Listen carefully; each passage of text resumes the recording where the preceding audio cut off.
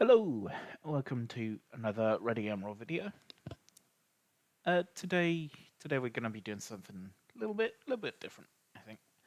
Because it's Pride Month, and I wanted to do things that highlight people in, you know, this wonderful little community who also just happen to be part of the LGBT plus community. Because yeah, some of those people are awesome, some aren't, but we're not going to talk about them.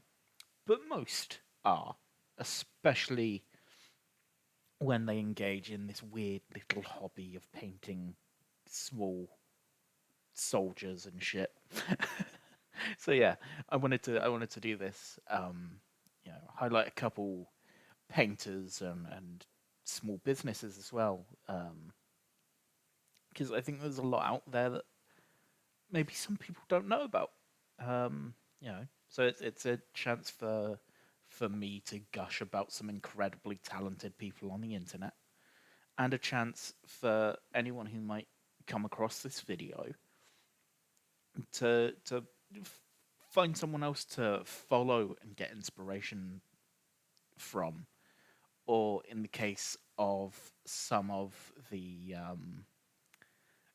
small businesses and sculptors in that sense, to find someone who you know meets their sort of core values and maybe spend some money in a place that might otherwise have gone to a big corporation, for example. um I'm about after this video, I'm probably going to go straight into recording a video for Bad Squiddo Games, because I think they're great. um and yeah, so today we're going to be talking about someone who I only recently discovered just through browsing Twitter. Really, um, I was just browsing Twitter, came across this account, and I was like, that looked good. I like that. That looks very nice paintwork. Um, and then I won't get into it, but things happened, and they were. I don't know if they fully have, or if they've managed to stay in the hobby. But it was looking a little bit like they might have been leaving the hobby, just because of some shit cunts on the internet. Um, so yeah, uh, I just dropped them a reply to their tweet saying that they might not be in the hobby much longer. I was like, that's a real shame, because I really wanted to make this video highlighting your work, and also a bit of your personality, because they seem nice enough. Having never met them in person, obviously, and just very, very brief, just you know, not even messages and replies and things like that on Twitter, and they were like, yeah, cool, go for it, fine if you want. I was like, cool, thank you. So this is that video. So yeah, come on, there we go. So, this video is for and about, I guess, Studio HeroQueer, who is a trans painter, um, who has some of the coolest minis I think I've ever seen, um, especially minis in the trans pride colors. It's because it's a color scheme that works really, really nicely anyway. I think it's the trans pride colors, unlike the non-binary colors and even the pan colors. Why did I have to identify with flags that just suck? They are aesthetically shit, but no. These minis that I'm about to show you, painted in trans pride colors, look great. I think it's the nice thing with the more pastely sort of colors, that pride flag uses, that make it quite nice. and also just very basic color theory. I think the sort of pink and purple, not purple, blue work quite nicely together anyway. And that's all sort of, you know, works well with the white as well. So, yeah, as you can see, they've, wonderful looking person. And they appear to be quite busy. Move my camera back a little bit as I lean in. So, yeah, they've got a few things going on. Obviously, I'll be leaving this link in the description of the video. Got a couple games going on. This one appears to be new, but this is, at least from what I can tell, a one-on-one miniatures fighting game. So it's a very fun little idea that I might have to do a bit more digging and see what it's actually about, because I only had a little look on Twitter. It's like, I wonder if they've got other platforms and things like that. And they do. They've got Instagram as well. But I think seeing as I discovered their work on Twitter, I'm mainly going to focus on Twitter. I know it's a bit of a cesspool nowadays, and it sort of always has been. Like, yeah. So I'm mainly going to focus on Twitter stuff. But they've also got portfolio, Patreon, which again I haven't actually looked at. So what? Let's click on that. See what their Patreon's got going on. So yeah, looks all fairly straight off the bat. We've got some incredibly well painted minis. So yeah, lots of behind the scenes stuff, which is always good.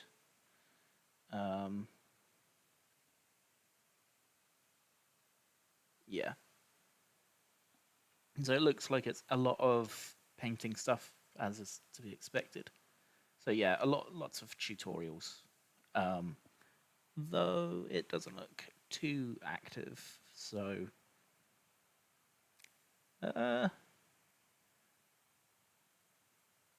yeah, there's a recent post that was 2021, so maybe not too active, I guess. But I imagine it's there. It's one of those things, because I mean, we've got a Patreon account that we don't really use. I've posted a couple things on there, but at the end of the day, it's one of those things where, as a content creator, I think it's just a really good thing to have, because it's a way to give to the community, and if people feel so inclined, they can give a little bit back to you. And even if you don't use it, you've at least got your brand and your account parked, so no one's. If suddenly you do feel like going, hang on a minute, we could be doing something with this, no one's then gonna come along, steal your name, and go, yeah, well, this is us now. So yeah, you've got the account parked in the event that maybe you do want to use it in future, which which is why we started with our own social medias, mostly because yeah, it's there. If we should ever somehow grow as a channel even more than we sort of have, really. No one can come along, or even by accident, someone could come along and go, the name Ready Aim Roll sounds cool. I think I'll use that. No one's going to be able to do that and go, yep, cool. Or if someone does, they're going to have to pick something a little bit different, whereas we can then go, okay, this is our account, and this is someone else who has a name that is very similar to ours but isn't affiliated. Anyway, um, that is going between windows. It is Control Tab, and here's their Twitter account, which is the you know um, appears to be their main, not form of communication, their main social media of choice. You if that is incorrect, if you are watching this, please just comment below and just go, hey, because don't want to be giving out incorrect information. Stumbling over my fucking words now. Anyway, yeah, as you can see, big fan of BattleTech and one-page rules, which I was looking at BattleTech stuff earlier, and I was like, it looks so cool, but I don't think, like, there's part of me that can't quite escape um, the 28 mil side of things. I think it's hard enough for me to paint minis anyway, but painting like such, I wouldn't even call them delicate because they're plastic, pre-made plastic minis, but a lot of them just look so intricate, even compared to a lot of like Warhammer stuff, and I'm just like, which is also the main thing keeping me away from a lot of other 6 mil to 10 mil or even 15 mil scale games. I'd really love to go down to Troll Trader and give Drop Zone Commander a go, and other games of that sort of style and size. Team Yankee, Flames of War, is it? That's the 15 mil, because I know. Yeah, I think it's Flames of War that's in the smaller scale. But yeah, as you can see, Trans Tyrannid. I can't remember what this mini's called. It's really, really fucking cool though. Yeah, really, I adore that mini. Um, we'll skip over to media. Um, Getting into a bit of 3D printing, which is really, really cool. 3D printing is great, even if it's especially, well, I say especially, both types of 3D printing are a bit of a chore from time to time. If you're FDM printing, you've got to deal with um, you know filament snapping, things like that, clogging, weird issues with that sort of thing. And resin printers, you've got all the awful resin stuff to deal with, and then regardless of which option you go to, you're having to deal with failed prints and sorting that nonsense out. But yeah, it is a cool hobby, and especially as it's becoming more and more and more accessible. It's really really fun. But yeah, that's really cool. Fucking useless, awful ads. Um, Looks like they've also been getting into Pokemon a little bit, Pokemon card stuff. Here's one of the minis that just looks so cool, so cool. Just like I,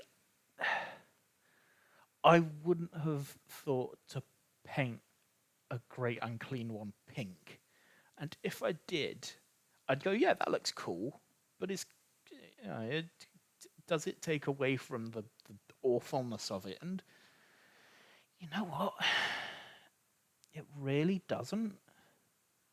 I think I, the green guts actually. I think it makes it worse.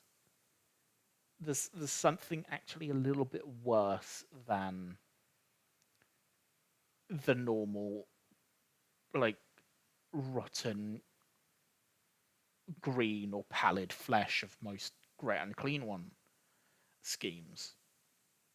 Like, this is really, really weird and just grim. I love it. It's just, ugh. Yeah. There we go. And here's the main focus of the video, I think. Just all of this really, really cool, um, yeah, really cool colors. I really, really love the colors of these. And below is the Death Guard, which again, going back to the whole ground clean one thing, it's still it like you you can still tell that they're, you know, gross, awful Death Guard, and I love it. Like, I don't recognize. Is that like a chaos? Like that looks like a old old beast of Nurgle. Could be still the current beast of Nurgle. I don't actually know. But yeah, some of the more recent Death Guard stuff. Um, Typhus painted up in those colors looks incredible. I really should get back on my Death Guard stuff. I have a squad of Terminators and a squad of standard Plague Marines. um, I I should get back on them, especially with the 10th coming out. Um, anyway, but yeah, the minis look fucking spectacular. You know, you should be super jazzed with how these have come out. And again, you know, people are shit. People are like, I think people will just see these colors. Some people will see these colors and go re. And I'd like to drop kick those people in the face because people are having fun with their minis. I mean, Christ's sake, I painted up a stupid Animu cat girl sniper and painted their cloak in the as a non-binary flag, and because at the end of the day, the game is dumb. It's all dumb. It's all silly. So let's just have fun with it and let people have fun with their fucking game. And I've only just noticed this ancient square-based bastard in another one. Oh my god. Um, yeah, yeah, incredible. I love looking at old school minis as well. Like seeing older minis next to newer minis just makes you go, hang on a minute, that's like I'd love to see, you know, when 10th edition, the 10th, everyone's got their hands on the 10th edition box. I'd love to see an image of the old Screamer Killer mini next to the new one, because the new one is huge. It is a good 50% bigger than I thought it was gonna be. I was like, oh shit, that is a big lad. But yeah, um, really, really cool stuff. And a really nice cabinet as well, which is something that I'd really, really like. I think that's what we need in this flat. We need. Okay, what we need is a house. Like a whole house to ourselves. Because between myself, Roan, and Sam, who, you know, we're all massive nerds, we all collect shit. Um, and unfortunately, I managed to put Sam on the Warhammer train as well. um, so yeah, what we need is a house where just one room is just minis and board games and shit like that. But yeah,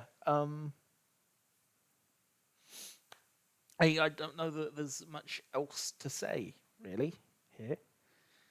I just felt like highlighting an incredibly talented person who paints really, really cool minis in really cool, inventive ways. Because neither of these schemes are, the go-tos for either of these armies. And I'm really, really tempted to give something like this a go for my. I say my nids like it's an absolute certainty that I'm getting Leviathan. It's just not. That's 150 quid, guys. That's a lot of money that I do not have. I'm still gonna get it though. My foot's itching like a motherfucker, which I think is a good sign that I should probably call it there. So yeah, I hope as I go back to full screen, I hope you enjoyed this mini. I hope you enjoyed this video. Um, Obviously, I'll link their Twitter in the description and the link to their website as well. Because, like I say, I haven't spoken to them much, so I don't know what is active and what isn't. So I want to promote the main things they're active on. And when this goes live, I will almost definitely tag them in the video itself, or the tweet announcing that the video has gone live, just to go, hey, watch this or don't. And if they have anything to say, then I will edit the description accordingly. So yeah, thanks for watching this. Again, happy Pride. Be gay, roll dice. I've been thinking about that for one for a while. See ya.